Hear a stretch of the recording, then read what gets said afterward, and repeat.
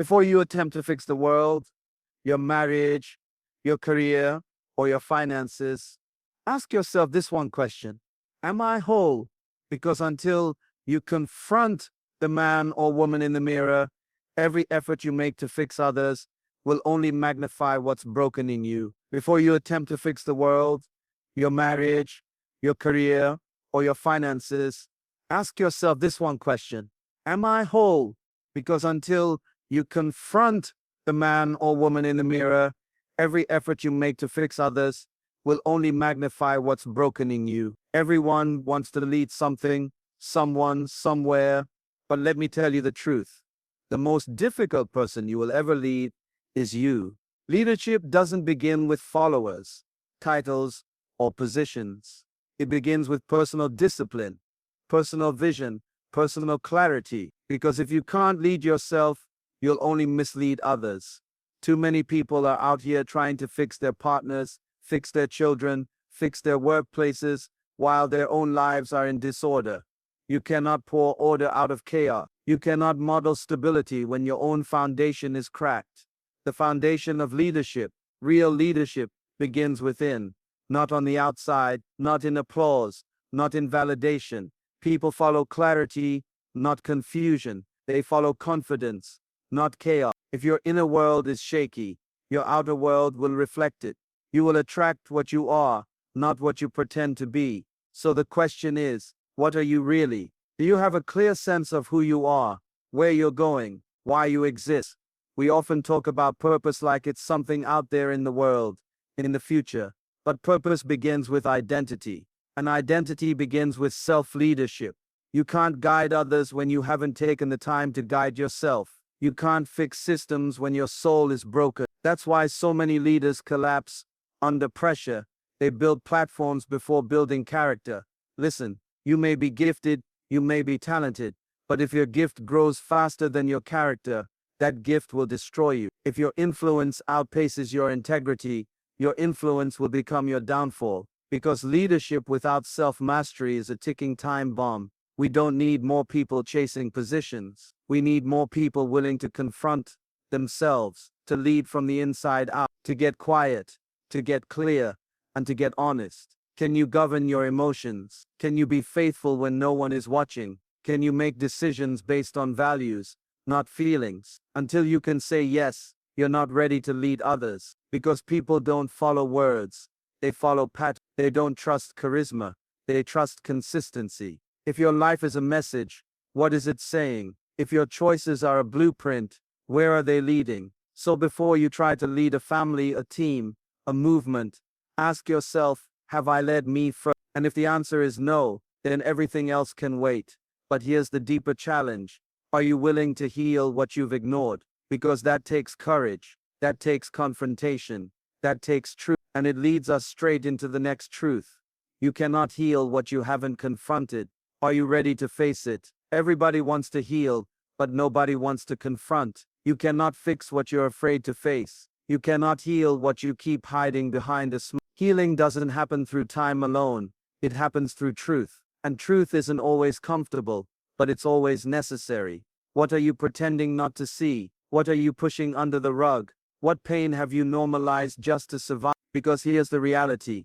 You will never conquer what you refuse to confront. And if you keep dressing up your wounds, instead of addressing them, they will bleed into every area of your life. Some of us are walking around with broken hearts, bruised identities, shattered confidence, trying to build futures on top of silent pain. But you can't build the future while dragging the weight of your past. At some point you have to stop running. At some point you have to look it in the eye and say, I see you, and I'm not afraid of you anymore.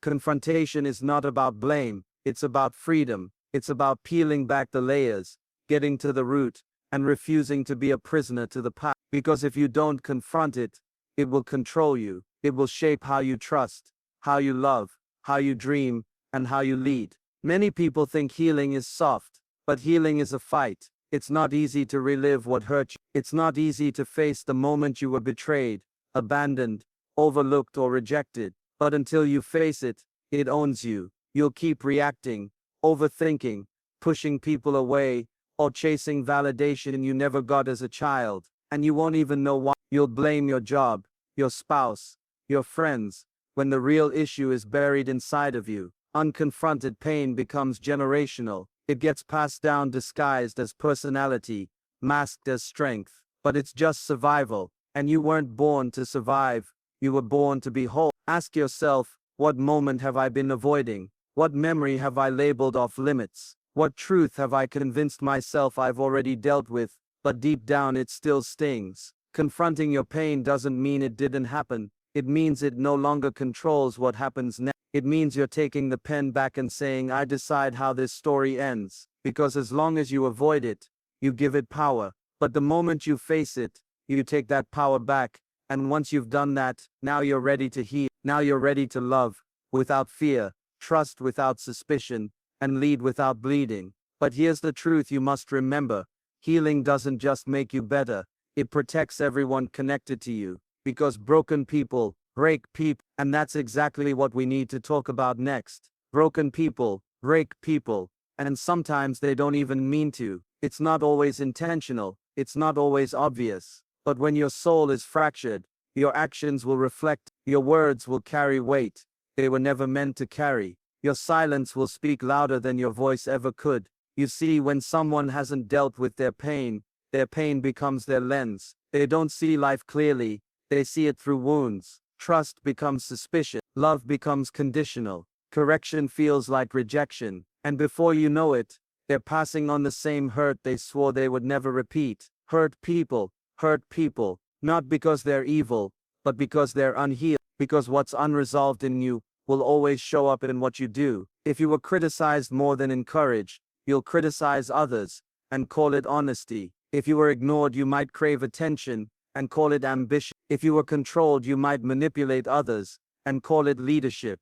And the saddest part, many don't even realize it. They just think this is who I am. No, that's who you became to survive. That's not the real you. That's the broken version masked in habits, wrapped in personality, defended by ego. So you have to ask yourself, what have I normalized that is actually dysfunction? What part of me have I protected for so long? I now believe it's my identity. Because if you're not careful, your trauma will start training people. It will teach your children to repeat your fears. It will teach your partner to tiptoe around your insecurities. It will teach your friends to keep a distance. And it will teach your team that love and loyalty come with conditions. You can't keep bleeding on people who didn't cut you. You can't keep using your pain as a shield and expect to build healthy relationships. At some point you have to take responsibility, not for what happened to you, but for what you choose to do with it.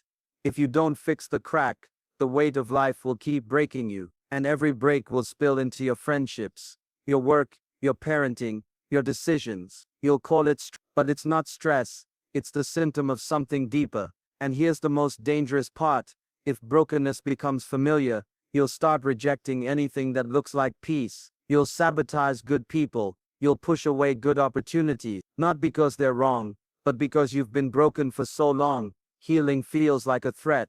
So ask yourself, am I healing, or am I just hiding? Because broken people don't just break others, they break themselves. And until you choose to break the cycle, your potential will always stay buried beneath your pain. But there's a shift that can change everything. It's where healing meets purpose. And it begins with discovering who you really are. It starts with being. Before you ask, what am I supposed to do with my life? You need to ask, who am I really? Because if you don't know who you are, you will chase assignments that don't belong to you. You will live a life full of activity and still feel empty. You can be successful and still be unfulfilled. You can have money, followers, influence, and still feel like something's missing. That missing is not in what you're doing, it's in who you haven't discovered yet. Purpose starts with self-discovery, and self-discovery requires you to slow down and listen. Who are you without the job title, without the likes, the applause, the approval? Who are you when no one is watching? If your identity is based on what you do, then when what you do changes, you fall apart. But when you're rooted in who you are, no title, no failure, no opinion can shake you. Purpose is not found outside of you. It's already inside. It's not a destination. It's a revelation. You don't invent purpose. You uncover it. You don't become someone new. You remember who you were before the world told you who to be. And let me tell you something. Your purpose is not in competition with anyone else's. You're not late. You're not behind. You're not too old. Purpose doesn't follow a timeline. It follows alignment. You just have to align with your authentic self. But here's the problem. Most people are too distracted to discover themselves. They're busy comparing, busy performing, busy proving. You'll never find purpose in the noise. You find it in the silence, in the stillness, in the questions no one else can answer for you. What do you love that comes naturally to you? What problem burdens your heart so deeply you can't ignore it? What brings you peace when you're doing it, even if nobody notices? That's the trail of purpose. And once you find it, you stop chasing validation. You stop settling. You stop shrinking to fit rooms you were never meant to sit in. Because when you know who you are, you become unstoppable. You stop asking for permission. You stop apologizing for your greatness. You stop waiting for the right time and start becoming the right person. You were born to solve something, to shift something, to build something, but you can't step into it if you're still doubting who you are. So here's the challenge. Start the journey back to yourself. Peel back the layers, let go of the labels, and reconnect with the real you. Because when you discover you, you begin to unlock your assignment. But even with purpose, there's a price, a weight, a discipline, and it begins with mastering the one person you live with every day. Purpose, without responsibility, is just potential waiting to expire. You can know who you are, you can even know what you're called to do, but until you take responsibility for your life, nothing changes. You can't outsource growth, you can't delegate discipline, you can't blame your past and build your future at the same time. Personal responsibility is where the shift begins. It's the moment you stop pointing fingers and start looking in the mirror. It's the moment you realize no one's coming to save you. No one's coming to push. No one's coming to fix what only you can face. Yes, people may have hurt you. Yes, systems may have failed you. But if you keep waiting for something outside of you to change, you'll stay stuck. You don't have to be perfect, but you do have to be responsible. You do have to own your choices, your habits, your mindset, your growth. You will never rise higher than your level of responsibility. You can't expect results from work you never did. You can't expect peace while feeding chaos. You can't expect freedom while choosing the same chains every day. It's not just about what happens to you, it's about how you respond. Responsibility doesn't mean carrying everything alone. It means refusing to live as a victim. It means saying, I may not control the storm, but I do control how I steer my ship. It means showing up, not just when it's easy, but when it's hard, when it's lonely, when nobody claps for you. That's when character is built. That's when purpose becomes real, because true purpose is not maintained by passion, it's sustained by discipline, by doing the work when nobody sees it, by staying committed when motivation runs out. That's responsibility. What are you tolerating that's blocking your growth? What are you postponing that's delaying your breakthrough? What excuse are you using to justify staying the same? At some point you have to look at your life and say, this is mine to own. You cannot lead others from a place of blame. You cannot impact the world while avoiding your own reflection. You have to take back the pen. You have to take back your time, your energy, your habits, your focus, because your life is your responsibility. Nobody owes you discipline. Nobody owes you transformation. It's a decision, a daily decision, and every choice either builds you or breaks you. So if you want change, be the change. If you want growth, choose the growth. If you want power, own your power. Because once you become responsible, you become dangerous to fear, to excuses, to every version of you that wanted to quit. But now the question is, can you maintain it? Because real power doesn't come from control, it comes from being whole. And wholeness is the next level. Wholeness is not perfection, it's integration. It's when every piece of you, every experience, every lesson, every scar comes together to form a complete, grounded, unstoppable version of you. Wholeness isn't about avoiding brokenness, it's about choosing to no longer live from it. You can't lead well when you're fragmented. You can't love deeply when you're divided. You can't grow consistently when you're constantly leaking energy through unhealed wounds. Wholeness means you're no longer held hostage by the past. You're no longer defined by what left, who hurt you, or what didn't work. It means you're no longer performing to be accepted, pretending to be strong, or hiding parts of yourself just to keep the peace. Wholeness is the peace. It's when you stop negotiating with insecurity, when you stop editing yourself to fit into environments that were never designed for your authenticity. Because here's the truth, when you are whole, you become dangerous. Not in a destructive way, but in a powerful way. Whole people move differently. They don't chase, they attract, they don't compete, they create. They don't need validation because they know who they are. But getting there, that's the process most people avoid. Because wholeness demands honesty. It demands accountability. It demands that you confront the broken agreements you made with yourself, like I'll never trust again, or I'm not enough, or this is just who I am. Wholeness says that might have been your story, but it's not your truth. It says, yes, that happened, but it no longer owns me. It says I've faced it, I've healed it, and now I'm using it. When you're whole, your presence speaks before you say a word. Your boundaries are clear. Your vision is sharp. Your relationships are healthy, not perfect, but honest. You stop attracting chaos because you no longer tolerate it. You stop tolerating dysfunction because you're no longer comfortable in it. The world is full of gifted people, but very few whole ones. And that's why we see collapse. We see compromise. We see people who had the talent, but not the foundation. Because wholeness is the infrastructure that holds everything else up. Your purpose, your influence, your relationships, your peace. You don't become whole by avoiding the pain. You become whole by going through it and choosing not to carry it forward. You say, this ends with me. You draw the line. You reclaim your voice. You make peace with your past so you can walk freely into your future. And once you do, you start attracting differently. You start deciding differently. You stop reacting and start responding. You stop surviving and start living. But once you're whole, there's another question waiting for you. Now that you've found yourself, can you stay faithful to yourself? It's one thing to discover who you are, but it's a whole different battle to stay true to who you are. Staying faithful to yourself is where many people fall, not because they didn't have the vision, but because they didn't have the discipline to protect. It's easy to talk purpose in private, but can you still walk in it when pressure shows up in public? Because here's the truth.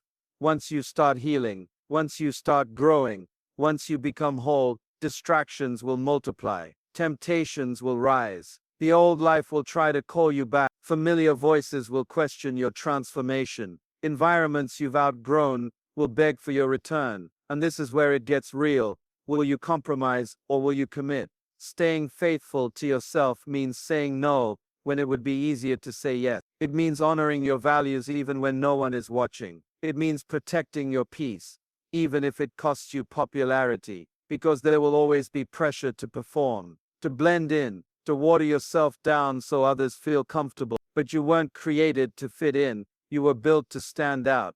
Can you remain aligned when opportunities tempt you to pretend? Can you stay rooted when applause tries to pull you off track? Can you stay faithful to your truth? Not just when it benefits you, but when it costs you. Because purpose without integrity is a ticking clock. If you gain the world, but lose you in the process, what did you really gain? Being faithful to yourself means choosing alignment over attachment. It means letting go of what no longer fits the future version of you. It means no longer shrinking to be accepted, no longer settling out of fear, no longer breaking promises to yourself just to keep the peace with others. And this is where maturity is revealed, not in how loud you can speak, but in how consistent you can live. Can you show up the same way in private as you do in public? Can you hold the vision even when results are delayed? Can you be faithful, not just excited? Because success that costs you is too expensive. You have to guard your truth, protect your evolution, stay loyal to your healing, because the world doesn't need another copy. It needs you, the whole healed, disciplined, true version of you. So stay faithful to your voice, stay faithful to your path, stay faithful to your becoming, because once you do, you begin to influence not just people but generations. But influence isn't given freely. It requires wisdom, discernment, and clarity. Clarity is power. You can't lead yourself, much less anyone else, if your vision is blurry. Confused people delay decisions. Confused minds don't commit. Confusion breeds hesitation, and hesitation kills momentum. That's why clarity isn't a luxury, it's a necessity. When you're clear, you move different. You speak with authority. You make decisions with conviction. You don't waste time explaining your value to people who don't see it. You don't chase opportunities that don't align. Clarity allows you to say no with confidence and yes with intention. But how do you get clarity? You silence the noise. You stop downloading everyone else's opinion. You stop comparing your timing to theirs, your gift to theirs, your season to theirs. Because confusion often comes from external voices clouding your internal truth. Clarity comes when you give yourself permission to slow down and listen, not just to what feels good, but to what feels right. Not just to what's urgent, but to what's true. Because just because something is popular doesn't mean it's purposeful. Just because it looks good doesn't mean it fits you. You have to be clear on your why, because when your why is weak, your excuses will win. But when your why is clear, your focus becomes sharper, your distractions become smaller, and your direction becomes undeniable. Clarity also gives you boundaries. You stop giving energy to what drains you. You stop negotiating with confusion. You stop chasing everything and start building something meaningful, something sustainable, something that reflects who you are, not who you're trying to impress. When you don't have clarity, you confuse motion for progress. You stay busy, but not effective. You end up in rooms that look like success, but feel like suffocation. You entertain relationships that seem exciting, but cost you your peace. Clarity simplifies everything. It removes the fog. It exposes the distraction. It brings alignment to your life, your time, your goals, your circle, your habits. When you know where you're going, it becomes easy to see what doesn't belong on the journey. But clarity isn't a one-time decision. It's a daily discipline. You have to keep asking, is this still alive? Is this still true? Is this still me? Because growth will shift you, and every new level of you requires a new level of clarity. So if you're feeling lost, don't run faster. Get still. Get clear. Ask yourself the hard questions. And don't stop until your soul says yes. Because once you're clear, there's no stopping you. But even with clarity, there's another level. Can you protect your clarity even when it costs you connection? And this is where many people fall short, not because they didn't know what to do, but because they didn't have the courage to protect what they knew was true. See, clarity creates direction, but boundaries protect that direction. You can't stay aligned if you keep allowing access to people who drain you. You can't maintain your vision if your environment keeps pulling you back into confusion. Every time you compromise your clarity to keep the peace, you invite chaos. Every time you say yes out of guilt, you say no to purpose. Protecting your clarity means making peace with disconnection. Some people were assigned to the version of you that no longer exists, and the longer you try to hold on to them, the more you'll feel stuck. Growth demands release, and clarity demands space. Can you say no without explaining? Can you walk away without guilt? Can you love people and still choose you? Because not everyone will understand your boundaries. Some will call it selfish. Some will say you've changed. And the truth is you have. That's what clarity does. It changes you. Protecting clarity means learning the difference between loyalty and limitation. Some connections are comfortable, but they cost you your calling. Some conversations seem harmless, but they chip away at your confidence. Some environments are familiar, but they feed the parts of you that no longer serve your future. Every time you let go of what no longer serves you, you make room for what does. Every time you choose your values over validation, your soul gets stronger. And make no mistake, clarity is expensive. It might cost you relationships. It might cost you popularity. It might cost you comfort. But the reward, peace, purpose, progress. You don't need a crowd to be clear. You need courage. You don't need approval to be free. You need alignment. And that means you've got to protect your clarity like it's your greatest asset, because it is. So start guarding your time like it matters. Start protecting your energy like it's sacred. Start filtering every decision through the lens of purpose. If it distracts you, let it go. If it confuses you, step back. If it dishonors you, shut it down. You don't have to explain your boundaries to people who benefit from you not having any. You don't need permission to protect your peace. You just need conviction. Because when clarity is protected, growth becomes natural, focus becomes effortless, and peace becomes non-negotiable. But even with boundaries, there's one more thing you'll need. Will you be consistent enough to finish what you started? Consistency is the final key that separates those who dream from those who do. It's easy to start something new, full of excitement, hope, and energy. But what happens when the excitement fades? When the path gets hard? When distractions creep in? When results don't come as fast as you hoped? That's where consistency becomes your greatest weapon. Consistency means showing up, not once, not sometimes, but every single day. It means doing the work when you don't feel like it. It means choosing discipline over desire. It means continuing the journey, even when the world around you doubts, questions, or even laughs at your vision. Most people quit because they don't see immediate results. They expect overnight transformation, overnight success, overnight breakthroughs. But the truth is, growth is a marathon, not a sprint. The champions are not those with the fastest start, but those with the strongest finish. It's the daily commitment,